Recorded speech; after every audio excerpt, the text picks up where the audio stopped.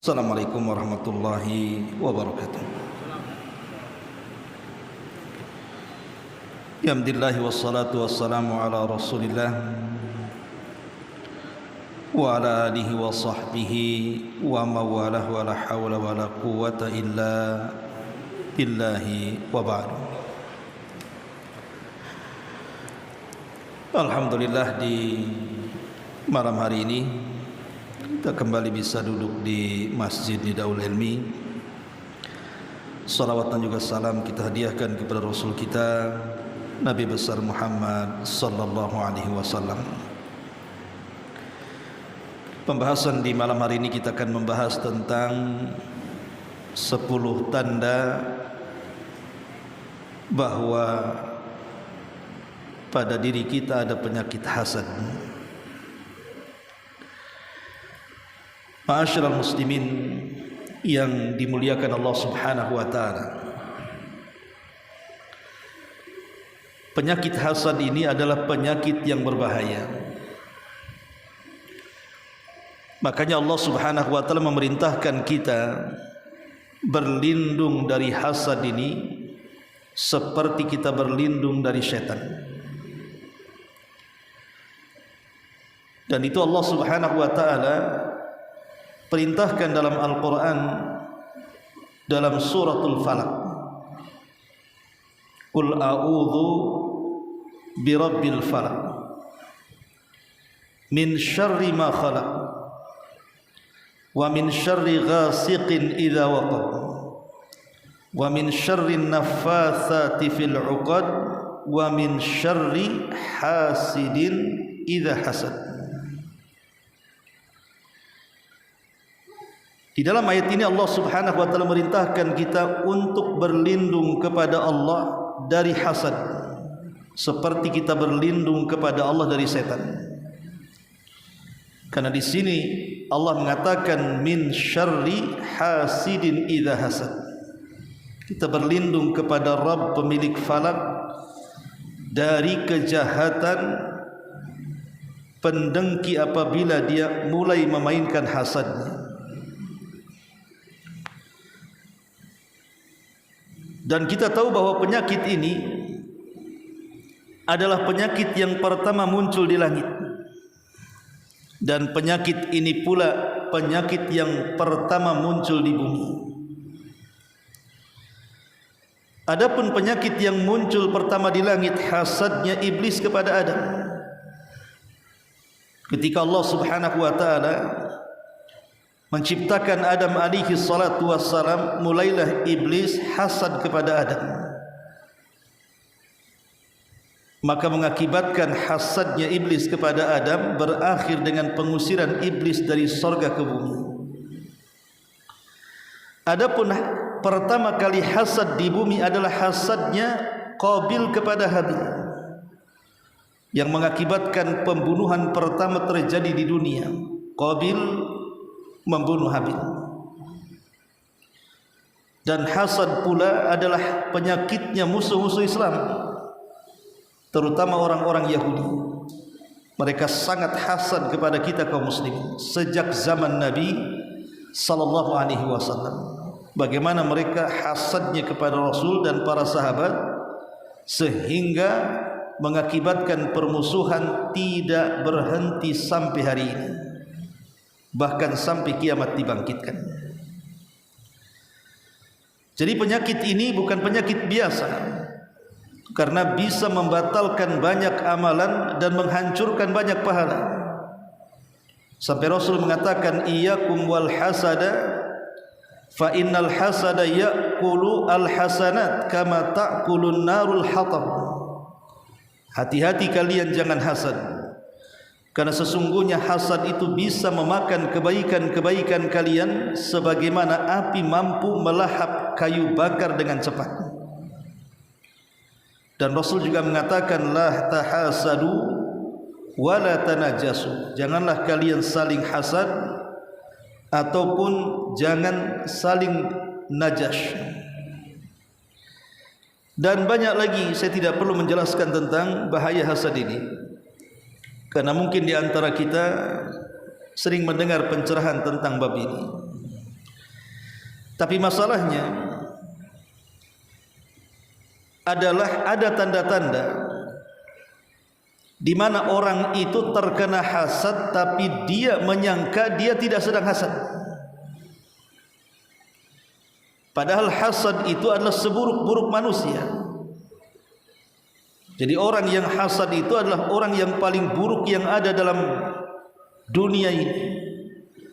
Lah terkadang sifat-sifat ini kalau kita perhatikan boleh jadi ada pada diri kita, dan kita harus membuang jauh-jauh dan berlindung kepada Allah dari sifat-sifat ini. Apa saja ciri-ciri orang terkena hasad itu? Karena orang terkena hasad ini ada yang lebih bahaya dibandingkan hasad itu sendiri, itu masalahnya. Apa yang lebih bahaya dibandingkan hasad bagi orang yang terkena hasad? Munculnya penyakit ain, penyakit sihir yang keluar dari mata.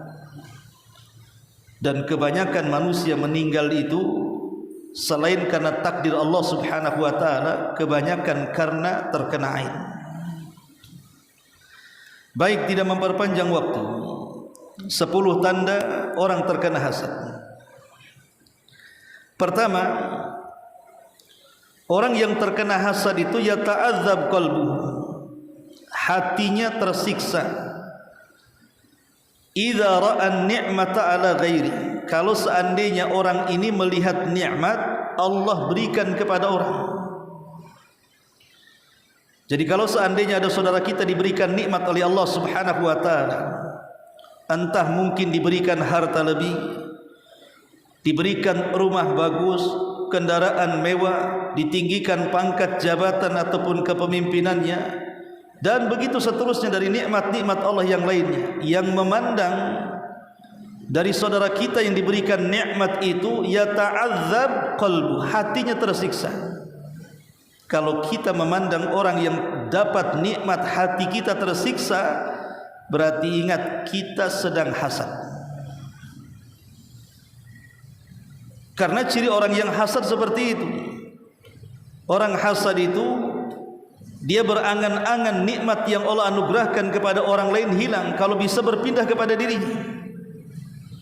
Makanya kalau dia mendapatkan orang lain mendapatkan nikmat, hatinya tersiksa, sakit, perih. Kenapa dia dapat, saya tidak? Kenapa dia kaya, saya tidak? Kenapa dia sukses, saya tidak? Akhirnya kemudian hatinya sakit hati. Ingat, ini ciri pertama. Kalau sakit hati melihat kenikmatan orang, fa'lam annaka hasid, ketahuilah anda memiliki penyakit hasad. Yang kedua, yubghid wa yakrah biduni sabab. Tiba-tiba muncul kebencian, muncul amarah dan emosi tanpa ada sebab. Ketika Allah Subhanahu wa taala memberikan nikmat kepada saudara kita, padahal awalnya tenang-tenang saja, tidak ada masalah dengan dia. Ketika dia mendapatkan kabar entah tetangganya sukses, tetangganya naik jabatan, tetangganya dapat uang, dapat bisnis dan yang semacamnya, tidak ada sebab apapun tiba-tiba dia marah.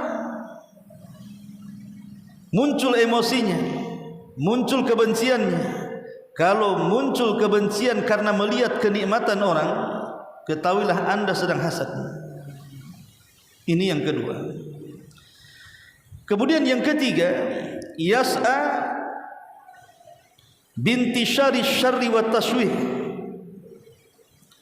Yang ketiga, dia berusaha untuk menyebarkan keburukan dan menjatuhkan saudaranya dengan cara menjelek-jelekan, merendahkan, menghinakan, supaya manusia tahu. Dengan kata lain, dijatuhkan mentalnya, kehormatannya. Karena perilaku orang hasad seperti itu, jangan sampai ada orang yang ada di atasnya. Kalau bisa jangan dia lebih kaya dibandingkan saya, jangan lebih terkenal dibandingkan saya, jangan lebih dihormati dibandingkan saya, jangan lebih dimuliakan dibandingkan saya, jangan lebih tinggi pangkat jabatan dan kepemimpinan dibandingkan saya, dan begitu seterusnya. Karena dia memandang ketika ada orang yang mendapatkan keberhasilan seperti itu, dia tidak mau. Makanya dia akan jatuhkan dia sejatuh-jatuhnya dengan cara apa? Mencari-cari keburukannya. Kemudian disebarkan. Tetangga buat rumah banyak, mulai disebarkan. Saya tahu kok kerjanya itu. Berapalah gaji dia? Kok bisa dia bangun rumah? Jangan-jangan. Nah, mulai itu. Jangan-jangan melihara tuyul. Jangan-jangan dia curi, jangan-jangan korupsi, jangan-jangan ngambil uang orang, jangan-jangan ambil dompet orang, dan begitu seterusnya. Dia akan menyebarkan isu-isu supaya orang yang diberikan nikmat dari saudaranya tidak tenang hidupnya. Itulah ciri orang hasad. Ini yang ketiga. Kemudian yang keempat, tamanni antanzilal musibah lil mahsud. Orang yang punya penyakit hasad itu berangan-angan dalam hatinya supaya orang yang dihasadinya itu terkena musibah. Kapan rumahnya kebakaran? Kapan mobilnya tabrakan? Kapan orangnya mati? Kapan orangnya sakit? Lama sakit kok tak mati-mati. Ya, umpamanya. Jadi kalau seandainya dari saudara kita terkena musibah itu senang dia. Kita dengar tetangga kita tabrakan, kakinya patah atau dilarikan ke rumah sakit, koma dan begitu seterusnya. Tidak ada raut kesedihan sama sekali. Tidak ada raut bela sungkawa sama sekali. Kayak biasa-biasa saja. Tidak ada kecintaan kepada saudaranya. Kalau orang senang di atas penderitaan orang atau menderita di atas kesenangan orang, fa'lam annaka hasid. Ketahuilah anda ini punya penyakit hasad. Kenapa senang kok saudaranya dapat musibah? Harusnya kalau saudaranya dapat musibah, kita takziah, memberikan hiburan-hiburan, minimalnya apa? Meringankan bebannya. Kalau tidak bisa membantu secara material, ya mungkin dengan doa, dengan kalimat-kalimat thayyibah. Bukankah Rasul yang mengatakan sebaik-baiknya amal yang paling dicintai Allah Subhanahu wa taala adalah sururun tudkhiluka ala qalbil muslim, kebahagiaan yang anda masukkan ke hati seorang muslim. Ini yang keempat. Kemudian yang kelima, ciri orang yang hasad adalah yas'an yatarakab ala ma yamlikul mahsud.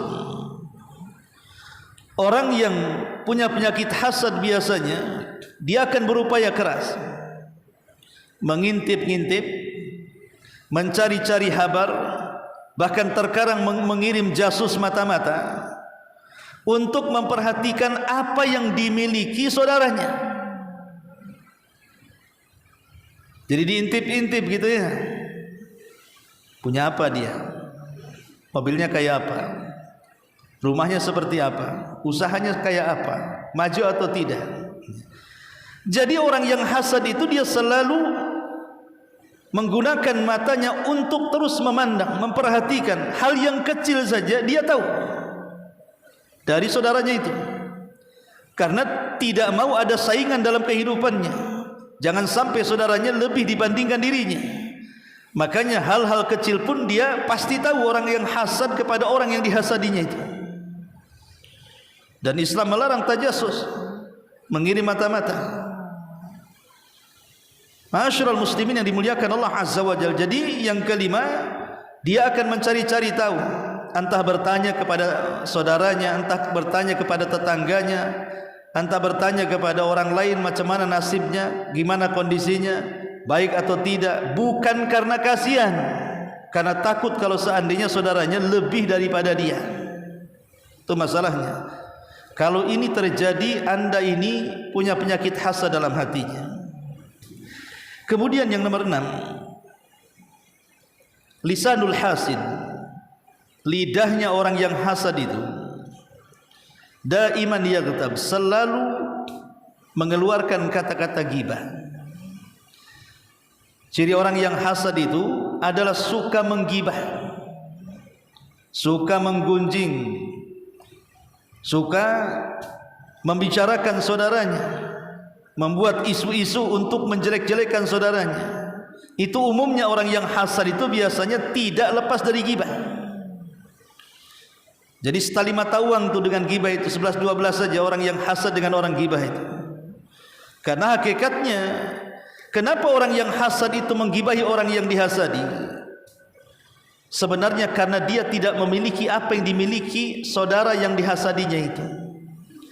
Kalau seandainya dia memiliki apa yang dimiliki saudaranya, tidak mungkin orang hasad. Karena dia tidak memiliki apa yang dimiliki saudaranya, itulah makanya dia hasad. Makanya bagaimana caranya kemudian apa yang dimiliki saudaranya kalau tidak hancur, ya berpindah kepada dia. Dan ini ciri orang yang hasad, lisannya selalu menggibah. Ini yang keenam. Kemudian yang ketujuh adalah yudhakham khata'us saghir lil mahsud. Jadi kalau ada kesalahan kecil dari orang yang dihasadi, maka sama orang yang hasad itu akan dibesar-besarkan biasanya. Kesalahannya kecil tapi dibesar-besarkan. Lah membesar-besarkan masalah, membesar-besarkan perkara kecil dari saudaranya, bukan menutup aibnya, malah membongkar bahkan mengomporinya. Itulah ciri orang hasad seperti itu. Ciri orang yang hasad seperti itu. Pamannya ada tetangganya dari dulu memang enggak suka. Tiba-tiba mungkin anaknya terkena tersandung kasus, tangkap polis atau mungkin dimasukkan sel. Mulai dia membesar-besarkan. Ya pantas saja anak itu tidak jatuh seperti buah mangga tidak jatuh dari pohon mangga. Itu bapaknya kurang lebih saja itu. Mulai dirembetkan ke orang tuanya, dirembetkan kepada keluarganya. Wajar aja dia juga di kampung keluarganya kayak gitu. Mulai besar tuh. Jadi orang yang hasad itu dia akan membesar-besarkan perkara kecil tuh. Maka kalau seandainya seseorang itu membesarkan kesalahan kecil menjadi besar dari saudaranya, ketahuilah Anda sedang hasad. Ini yang ke-7. Yang ke-8, ciri orang yang hasad itu isya'atut tahris wal adawata lil mahsud. Dia suka menyebarkan at-tahrish, mengadu domba. Jadi orang yang hasad itu dengan namimah itu sama dengan hasad, dengan ghibah. Itu setali 3 mata uang. Hasad, ghibah, namimah biasanya. Orang hasad itu pasti akan namimah, diadu domba, dibuat permusuhan supaya orang yang dihasadi tidak tenang.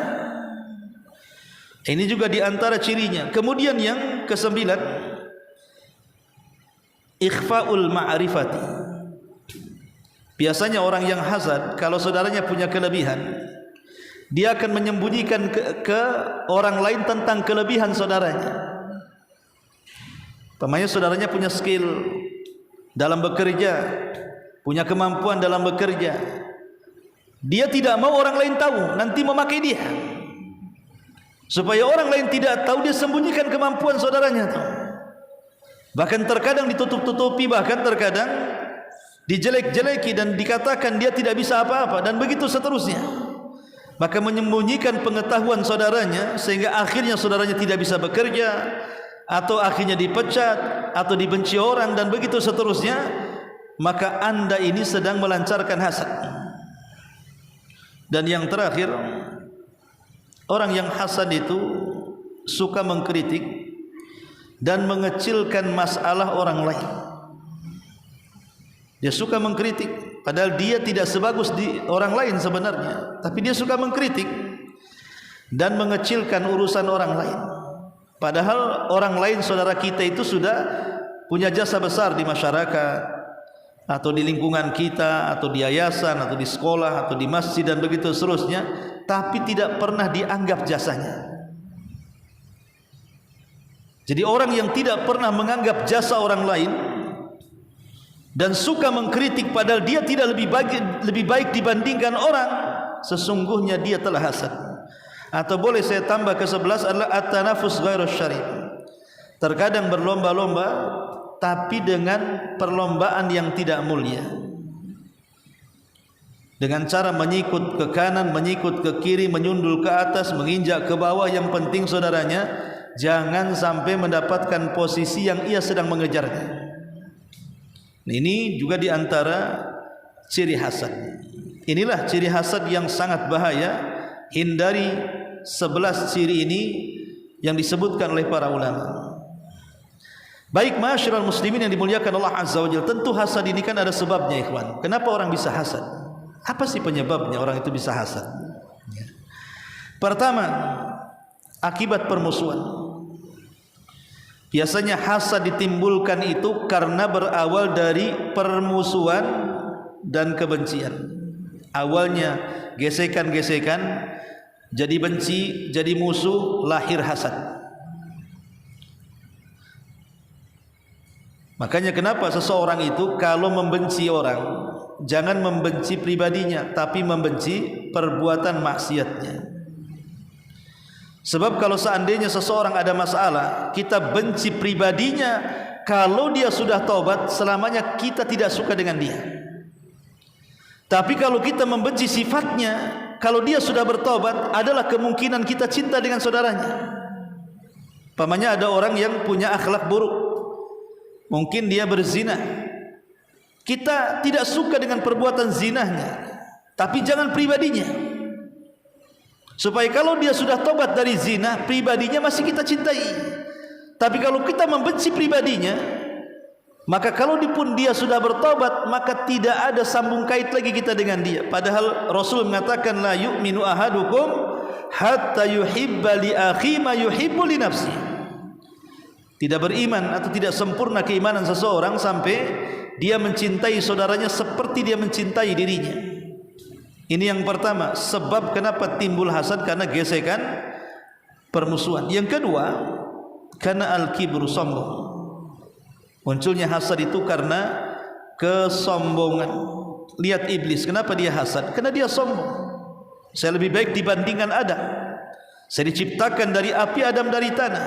Dari kibar ini muncul hasad. Akhirnya mulai dia membuat perkara dengan Nabi Adam.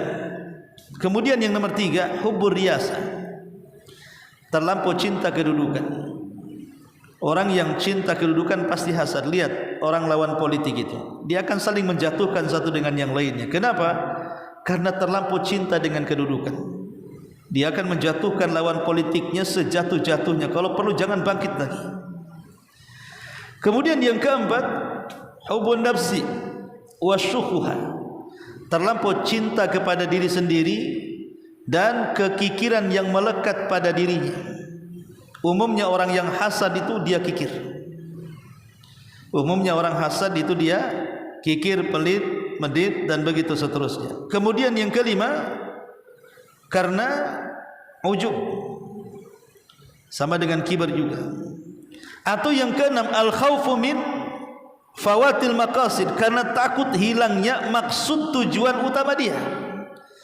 Dia menghendaki sesuatu tapi tidak tercapai, orang lain pula tercapai. Hasad kepada orang yang tercapai tujuannya, padahal itu cita-citanya, tapi orang lain yang mendapatkannya, mulai dia hasad.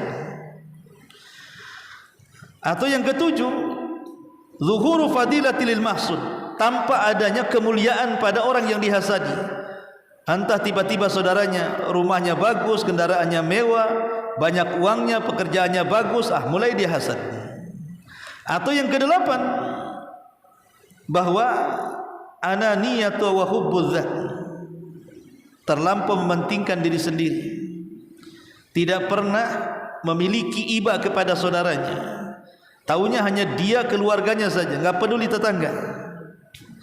Atau karena at-tanafus ala dunia, berlomba-lomba mengejar dunia, disitulah kemudian muncul hasad. Ini antara sebab kenapa hasad itu muncul. Baik, lalu bagaimana caranya supaya kita bisa terhindar dari hasad? Yang pertama, supaya kita tidak menjadi orang yang hasad, kalau kita melihat kenikmatan yang Allah berikan kepada saudara kita, doakan. Pemain tetangga bisa bangun rumah bagus, bisa membeli kendaraan bagus, bisa beli tanah, punya usaha, gajinya bagus, punya anak-anak soleh dan soleha, pasangannya bagus-bagus, cantik, cakep dan begitu seterusnya. Kalau saudara kita diberikan nikmat, doakan dia. Apa doanya? Doakan keberkahan dengan cara, ya Allah, semoga engkau berkahi harta yang engkau anugerahkan kepada saudaraku, tapi ya Rabb, berikan juga kepadaku yang jauh lebih baik dari yang kau berikan kepada dia. Kan enak tuh kalau doanya kayak gitu. Ya. Ini yang pertama. Yang kedua, kalau kita membeli sesuatu, entah rumah, entah kendaraan, entah melahirkan anak-anak yang baik dan begitu seterusnya, atau barang-barang tertentu dalam rumah, kasur, kulkas, kompor atau apalah, apa yang kita beli, maka doakan apa yang kita miliki dengan keberkahan. Ya Allah, semoga kendaraan saya yang saya beli menjadi berkah, rumah yang saya beli menjadi berkah, kulkas yang saya beli menjadi berkah. Kenapa kita berdoa seperti itu? Untuk melawan hasad dengan lawannya. Melawan hasad dengan lawannya. Hasad itu definisinya menginginkan kenikmatan orang hilang. Sementara doa berkah itu menginginkan bagi orang yang berdoa supaya berkembang hartanya. Itu namanya melawan hasad dengan lawannya.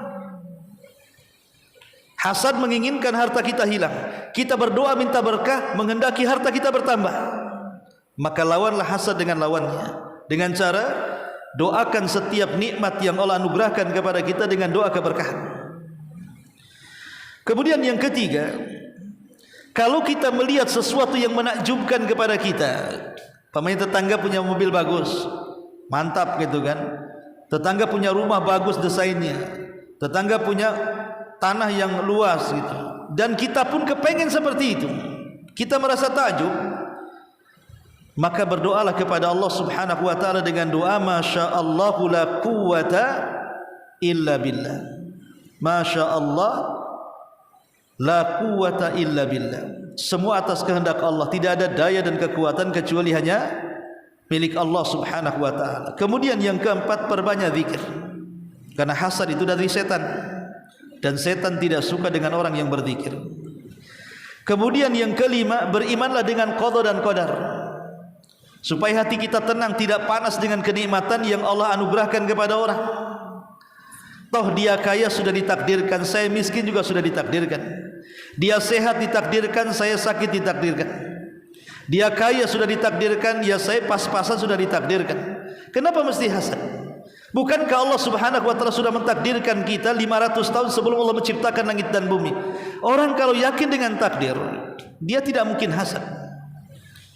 Orang kalau yakin dengan takdir Allah tidak mungkin hasad. Karena orang yang yakin dengan takdir Allah itu pasti dia akan qanaah, redha dengan semua pemberian Allah Subhanahu wa ta'ala.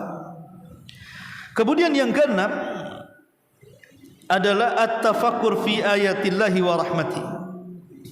Cobalah berfikir dengan tanda-tanda kuasa Allah dan rahmatnya, bahwa segala sesuatu ciptaannya dan pemberiannya semuanya adalah ibtila wal fitnah. Itu semua sebenarnya ujian Allah dan fitnah. Jangan memandang orang kaya enak kali dia kaya. Jangan memandang dia sehat enak kali dia sehat. Jangan memandang dia memiliki kenikmatan dunia enak sekali dia bergelimang dengan harta. Ingat, bergelimang dengan harta, rumah yang bagus, kendaraan mewah, pekerjaan bagus, itu semua ibtila, ujian dari Allah Subhanahu wa ta'ala. Karena belum tentu orang yang kaya lebih bahagia dibandingkan orang miskin, atau sebaliknya. Betapa banyak orang-orang kaya susah hidupnya, dan betapa senangnya orang-orang miskin bisa tertawa sepanjang masa. Belum tentu. Yang sering saya contohkan, terkadang antum nih orang kaya, banyak duitnya. Dengan uang antum bisa membeli mungkin 10 kedai nasi padang. Kita bisa beli mungkin dengan uang kita 1 meja ini mungkin lauk pauk, semua kita bisa beli. Tapi belum tentu orang kaya bisa memakannya. Makan ini darah tinggi naik, barang ini kolesterol naik, ini gula darah, ini nggak jadi, untung ujung-ujungnya rebus kentang, nah dimakan semuanya. Padahal dia sanggup membeli lauk paukan, tapi satu pun tak dimakan. Sekali itu lauk pauk 1 meja, kasih tuh orang miskin, dijilat sepiring-piringnya. Kenapa coba?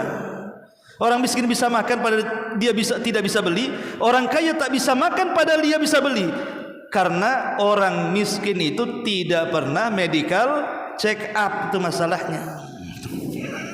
Dia tidak tahu kolesterolnya berapa, darah tingginya berapa, kan itu. Hantam saja, sakit mati gitu dah. Nah dari sini ma'asyiral muslimin yang dimuliakan Allah Azza wa Jalla, maka kita jangan memandang orang itu di atas kesuksesannya. Dunia ini ibtilah, semua ujian dari Allah. Keburukan itu ujian, kebaikan juga ujian. Wa nabluukum bisyarri wa nabluukum bisyarri wa nabluukum bisyarri wal khairi fitnah. Dan kami uji kalian dengan keburukan dan kebaikan, dan itu semua fitnah bagi kalian, kata Allah. Maka ini diantara solusi jangan sampai hasad. Adapun secara khusus supaya kita terhindar dari hasad orang yang terhindar dari hasadnya orang yang hasad, pertama isti'adzah, berlindung kepada Allah dari keburukan orang yang hasad kepada kita. Ingat, orang yang hasad itu punya mata sihir. Kalau kita punya mobil, kemudian tetangga hasad melihat mobil kita supaya dia hancur, terkadang bisa sampai hancur mobil kita itu. Mobil bagus akhirnya mogok-mogokan tuh. Jadi mata orang yang hasad itu menghancurkan apa yang disukai dia. Makanya kenapa kita disuruh untuk berlindung dari keburukan orang hasad. Sebenarnya semua orang punya hasad, saya, Anda, tidak ada manusia yang tidak selamat dari hasad. Cuman hasadnya orang yang baik disembunyikan, hasadnya orang jahat ditampakkan, itu masalahnya. Semua orang punya hasad, cuman bedanya yang satu ditampakkan, yang satu disembunyikan. Orang baik hasadnya disembunyikan.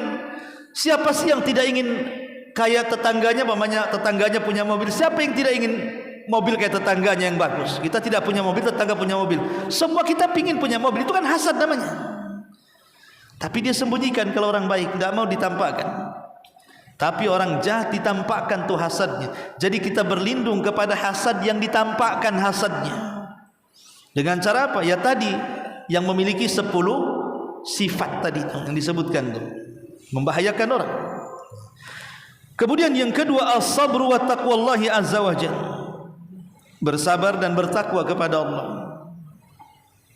Bersabar dan bertakwa. Karena orang hasad ini terkadang apapun bisa dilakukan dia. Kalau perlu nyewa preman, nyewa preman, nyewa dukun, nyewa dukun. Dan kita terkadang tidak tahu mana satu yang hasad tetangga kita ini. Sebelah kanan kah, sebelah kiri kah, depan kah, belakang kah. Terkadang di depan kita senyum, hatinya pula penuh dengan hasad. Karena kita tidak tahu siapa satu orang hasad. Terkadang makanya kita hanya bisa bertakwa, meminta perlindungan Allah Subhanahu wa ta'ala. Kemudian yang ketiga, jagalah zikir-zikir yang dianjurkan Nabi, terutama zikir pagi petang dan zikir sebelum tidur dan ketika keluar rumah. Jaga 4 zikir ini: zikir pagi, zikir petang, zikir sebelum tidur, dan zikir ketika keluar rumah, supaya tidak terkena hasad orang yang hasad kepada kita. Kemudian yang keempat, baca ayat kursi, baca ayat muawwidhataini, qul a'udzu birabbin nas, a'udzu birabbil falaq, qul huwallah. Itu semua adalah surat-surat perlindungan supaya kita dilindungi dari hasad. Kemudian juga berlindunglah dengan kalimat-kalimat Allah yang sempurna, seperti membaca a'udzu bikalimatillahi tammati min syarri ma khalaq. Kemudian yang keenam, tutuplah sebisa mungkin kenikmatan, jangan suka pamer. Kenapa orang hasad kepada kita? Karena kita ini kadang-kadang suka pamer. Yang tadinya orang enggak hasad jadi hasad jadinya. Tutupilah sebisa mungkin kenikmatan yang Allah anugerahkan kepada kita, supaya jangan ada orang hasad kepada kita.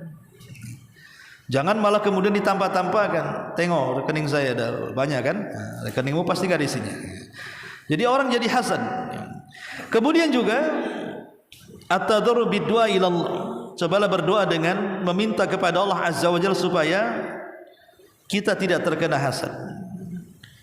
Kemudian juga yang terakhir, al-akhdhu bil asbab al-wiqayah jamilah wa tafsila.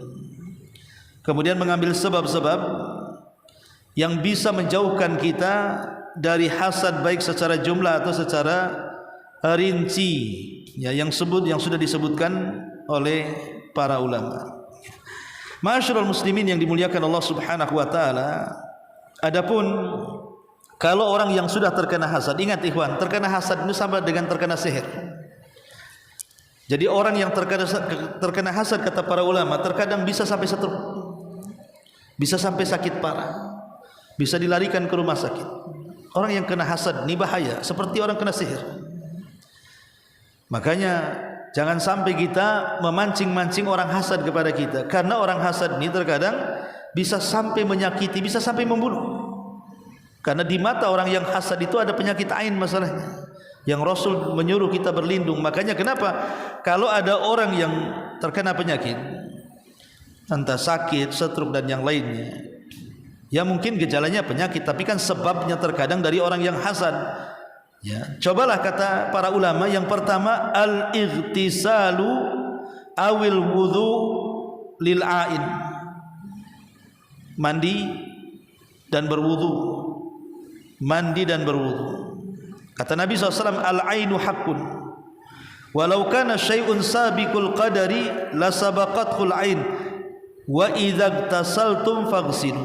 Di sini kalimat wa idza igtasaltum faghsilu, maka kalian boleh mandi dengan cara apa? Dengan cara menggunakan bekas air wudu. Jadi kita wudu, bekas air wudunya itulah kita ambil lap kain, kemudian dioleskan di semua tempat-tempat yang tersembunyi, seperti di ketiak, di sini kan, di leher sebelah sini, pokoknya daerah-daerah yang tersembunyi dari bekas air wudu itu. Mudah-mudahan kalau memang penyakitnya karena hasad, insya Allah bisa sembuh. Tapi kalau penyakitnya bukan karena hasad, memang dia karena dia salah makan atau apa kan, mungkin dia memakan sesuatu yang menjadikan dia seperti itu, ya lain ceritanya. Tapi kalau dia sakitnya itu karena terserang hasad, maka cara pengobatannya sama dengan orang yang terkena sihir. Dengan cara seperti itu, dimandikan dengan bekas air wudu.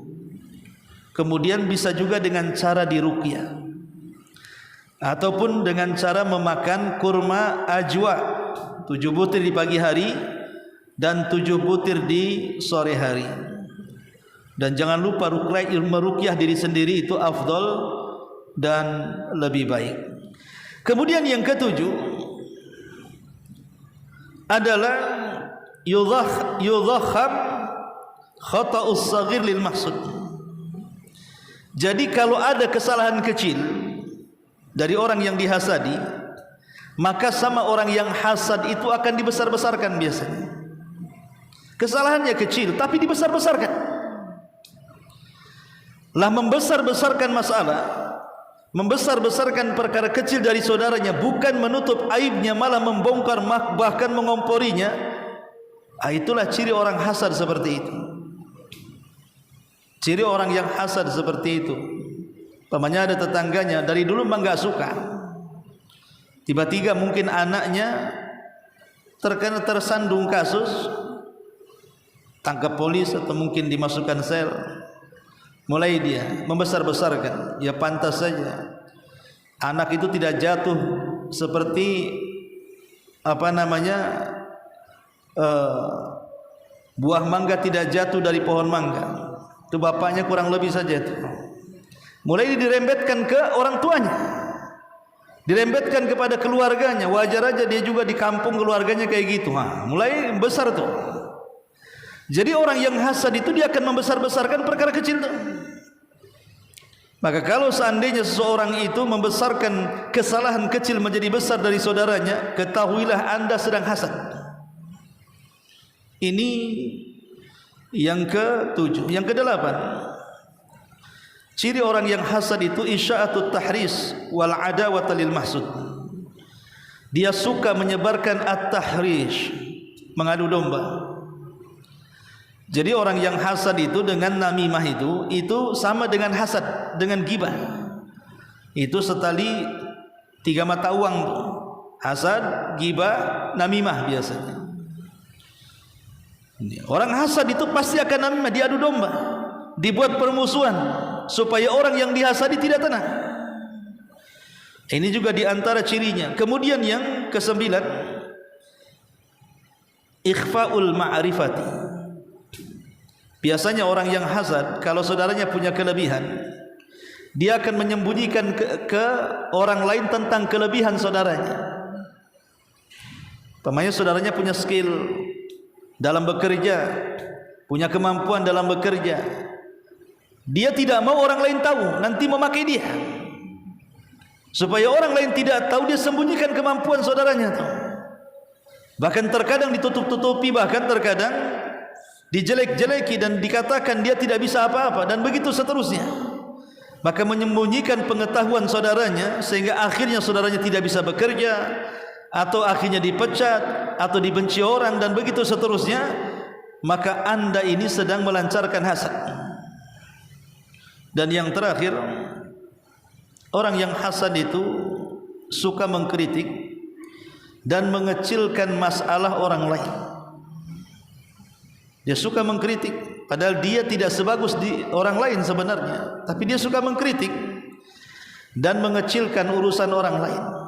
Padahal orang lain, saudara kita itu sudah punya jasa besar di masyarakat, atau di lingkungan kita, atau di yayasan, atau di sekolah, atau di masjid, dan begitu seterusnya, tapi tidak pernah dianggap jasanya.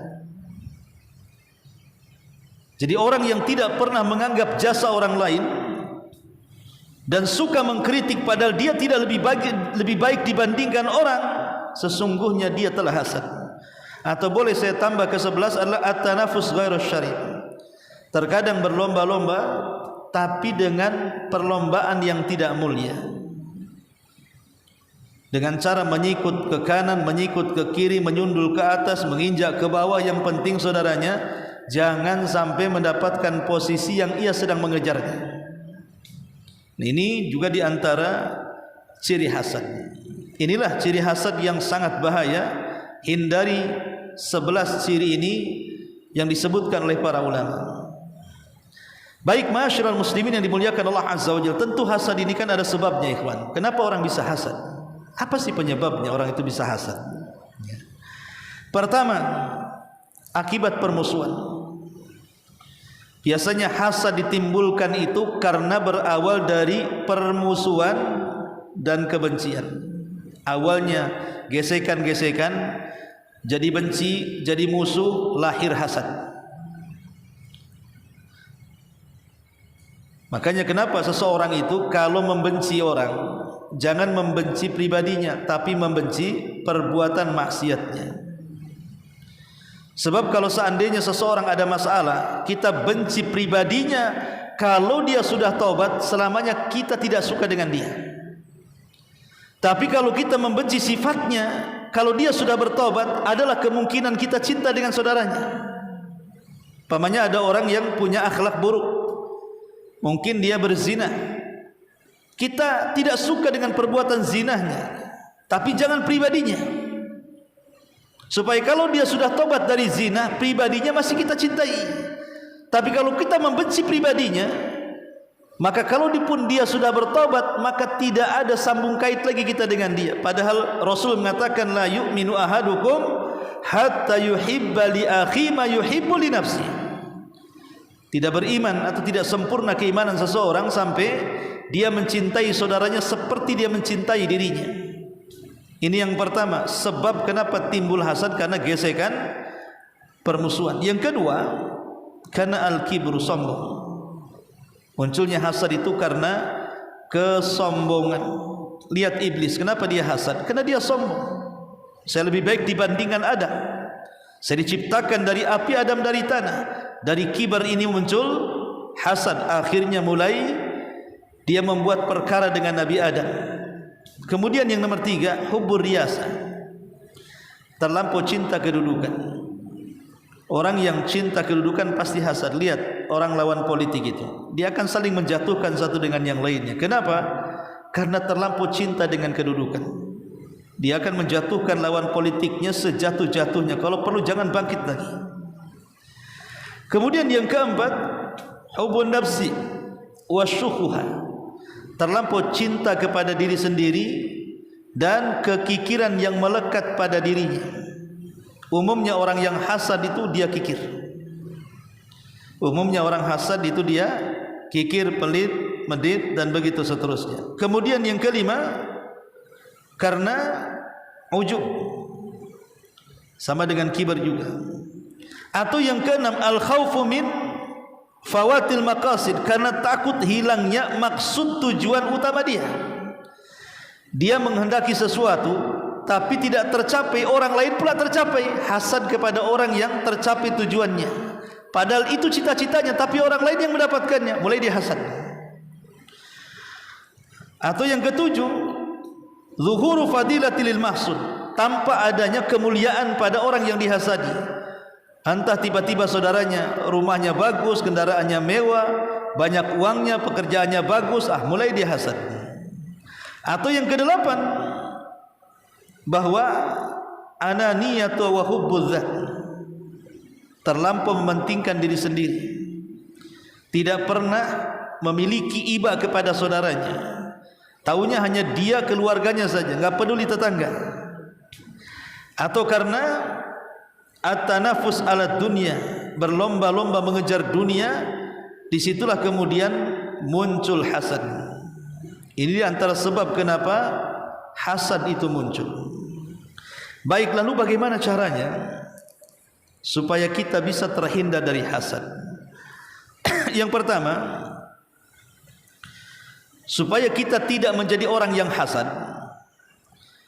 kalau kita melihat kenikmatan yang Allah berikan kepada saudara kita, doakan. Pemain tetangga bisa bangun rumah bagus, bisa membeli kendaraan bagus, bisa beli tanah, punya usaha, gajinya bagus, punya anak-anak soleh dan soleha, pasangannya bagus-bagus, cantik, cakep dan begitu seterusnya. Kalau saudara kita diberikan nikmat, doakan dia. Apa doanya? Doakan keberkahan dengan cara, ya Allah, semoga engkau berkahi harta yang engkau anugerahkan kepada saudaraku, tapi ya Rabb, berikan juga kepadaku yang jauh lebih baik dari yang kau berikan kepada dia. Kan enak tuh kalau doanya kayak gitu, ya. Ini yang pertama. Yang kedua, kalau kita membeli sesuatu, entah rumah, entah kendaraan, entah melahirkan anak-anak yang baik dan begitu seterusnya, atau barang-barang tertentu dalam rumah, kasur, kulkas, kompor, atau apalah apa yang kita beli, maka doakan apa yang kita miliki dengan keberkahan. Ya Allah, semoga kendaraan saya yang saya beli menjadi berkah, rumah yang saya beli menjadi berkah, kulkas yang saya beli menjadi berkah. Kenapa kita harus berdoa seperti itu? Untuk melawan hasad dengan lawannya. Melawan hasad dengan lawannya. Hasad itu definisinya menginginkan kenikmatan orang hilang. Sementara doa berkah itu menginginkan bagi orang yang berdoa supaya berkembang hartanya. Itu namanya melawan hasad dengan lawannya. Hasad menginginkan harta kita hilang, kita berdoa minta berkah menghendaki harta kita bertambah. Maka lawanlah hasad dengan lawannya, dengan cara doakan setiap nikmat yang Allah anugerahkan kepada kita dengan doa keberkahan. Kemudian yang ketiga, kalau kita melihat sesuatu yang menakjubkan kepada kita, pemain tetangga punya mobil bagus, mantap gitu kan, tetangga punya rumah bagus desainnya, tetangga punya tanah yang luas gitu, dan kita pun kepengen seperti itu, kita merasa takjub, maka berdoalah kepada Allah Subhanahu wa taala dengan doa masyaallah la quwwata illa billah. Masyaallah la quwwata illa billah. Semua atas kehendak Allah, tidak ada daya dan kekuatan kecuali hanya milik Allah Subhanahu wa taala. Kemudian yang keempat, perbanyak zikir.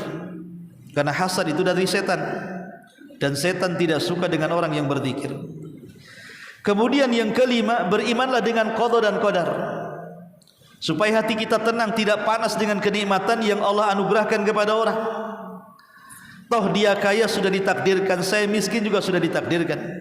Dia sehat ditakdirkan, saya sakit ditakdirkan. Dia kaya sudah ditakdirkan, ya saya pas-pasan sudah ditakdirkan. Kenapa mesti hasad? Bukankah Allah Subhanahu wa taala sudah mentakdirkan kita 500 tahun sebelum Allah menciptakan langit dan bumi? Orang kalau yakin dengan takdir, dia tidak mungkin hasad. Orang kalau yakin dengan takdir Allah tidak mungkin hasad, karena orang yang yakin dengan takdir Allah itu pasti dia akan qanaah, redha dengan semua pemberian Allah Subhanahu wa taala. Kemudian yang keenam adalah at-tafakkur fi ayatillahi wa rahmati. Cobalah berfikir dengan tanda-tanda kuasa Allah dan rahmatnya, bahwa segala sesuatu ciptaannya dan pemberiannya semuanya adalah ibtila wal fitnah. Itu semua sebenarnya ujian Allah dan fitnah. Jangan memandang orang kaya enak kali dia kaya. Jangan memandang dia sehat enak kali dia sehat. Jangan memandang dia memiliki kenikmatan dunia enak sekali dia bergelimang dengan harta. Ingat, bergelimang dengan harta, rumah yang bagus, kendaraan mewah, pekerjaan bagus, itu semua ibtila, ujian dari Allah Subhanahu wa taala. Karena belum tentu orang yang kaya lebih bahagia dibandingkan orang miskin, atau sebaliknya. Betapa banyak orang-orang kaya susah hidupnya, dan betapa senangnya orang-orang miskin bisa tertawa sepanjang masa. Belum tentu. Yang sering saya contohkan, terkadang antum nih orang kaya, banyak duitnya. Dengan uang antum bisa membeli mungkin 10 kedai nasi padang. Kita bisa beli mungkin dengan uang kita 1 meja ini mungkin lauk pauk, semua kita bisa beli. Tapi belum tentu orang kaya bisa memakannya. Makan ini darah tinggi naik, barang ini kolesterol naik, ini gula darah, ini nggak jadi, untung ujung-ujungnya rebus kentang, tak dimakan semua. Padahal dia sanggup membeli lauk paukan, tapi satu pun tak dimakan. Sekali itu lauk pauk 1 meja, kasih tuh orang miskin, dijilat sepiring-piringnya. Kenapa coba? Orang miskin bisa makan padahal dia tidak bisa beli. Orang kaya tak bisa makan padahal dia bisa beli. Karena orang miskin itu tidak pernah medical check up, itu masalahnya.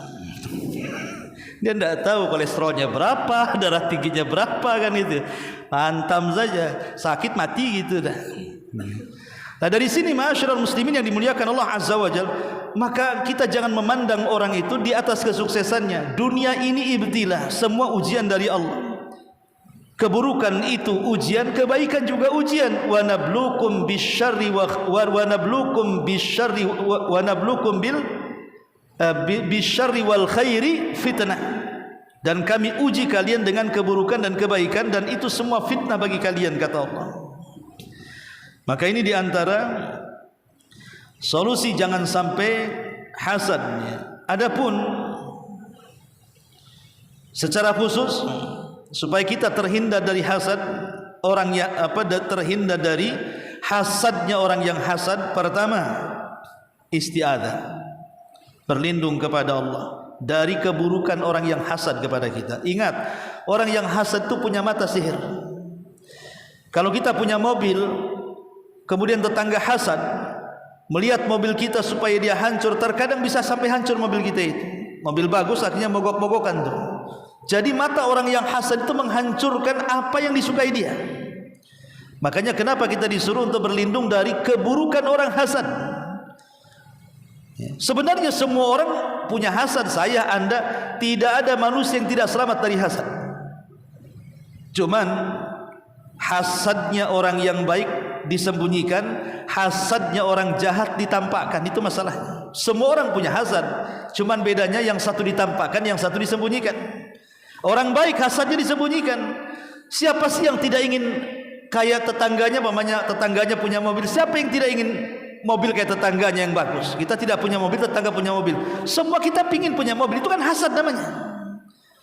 Tapi dia sembunyikan. Kalau orang baik tidak mau ditampakkan, tapi orang jahat ditampakkan tuh hasadnya. Jadi kita berlindung kepada hasad yang ditampakkan hasadnya.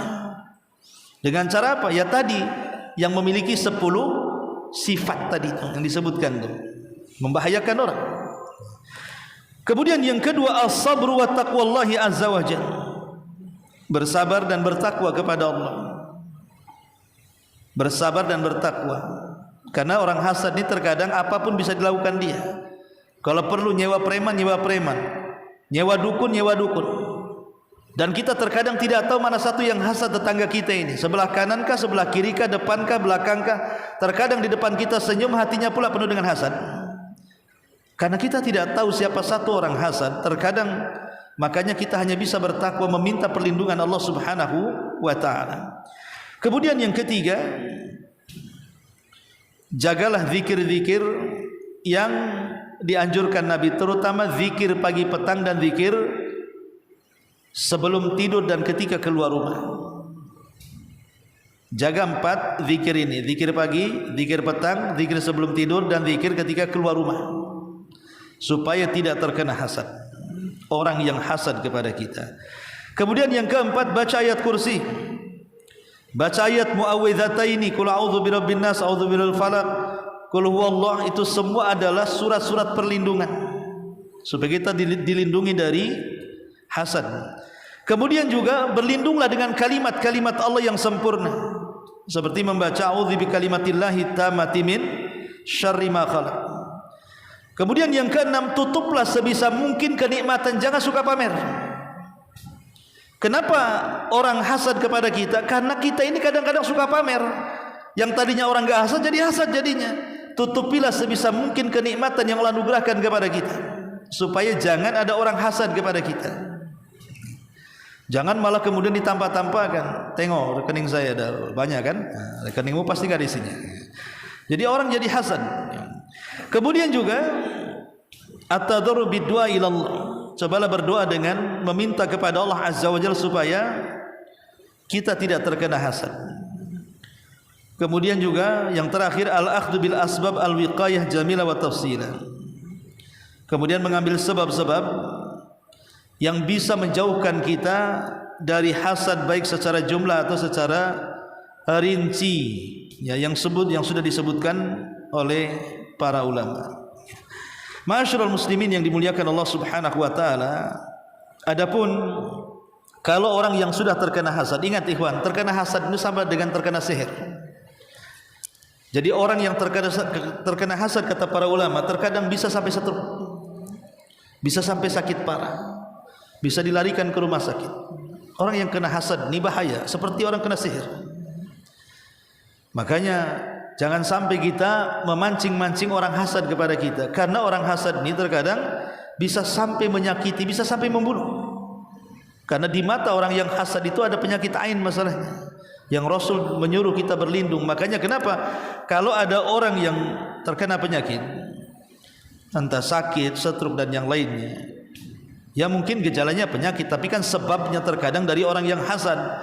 Ya, cobalah kata para ulama, yang pertama al-ightisalu awil wudhu lil ain,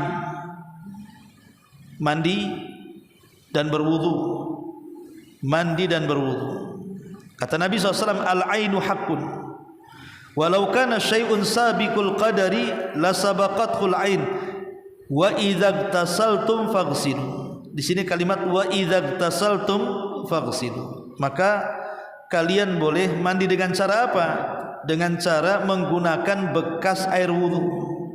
Jadi kita wudu, bekas air wudunya itulah kita ambil lap kain, kemudian dioleskan di semua tempat-tempat yang tersembunyi, seperti di ketiak, di sini kan, di leher sebelah sini.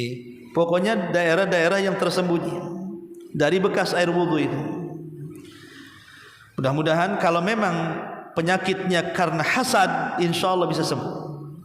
Tapi kalau penyakitnya bukan karena hasad, memang dia karena salah makan atau apa kan, mungkin dia memakan sesuatu yang menjadikan dia seperti itu, ya lain ceritanya. Tapi kalau dia sakitnya itu karena terserang hasad, maka cara pengobatannya sama dengan orang yang terkena sihir. Dengan cara seperti itu, dimandikan dengan bekas air wudu. Kemudian bisa juga dengan cara diruqyah, ataupun dengan cara memakan kurma ajwa 7 butir di pagi hari dan 7 butir di sore hari. Dan jangan lupa meruqyah diri sendiri, itu afdal dan lebih baik. Wallahu a'lam. Ini diantara pembahasan tentang hasad. Baik, sampai di sini saja. Mudah-mudahan ada manfaatnya. Subhanallah bihamdika, asyhadu an la ilaha illa anta astaghfiruka wa atubu ilaik. Allahu taala alam. Assalamualaikum warahmatullahi wabarakatuh.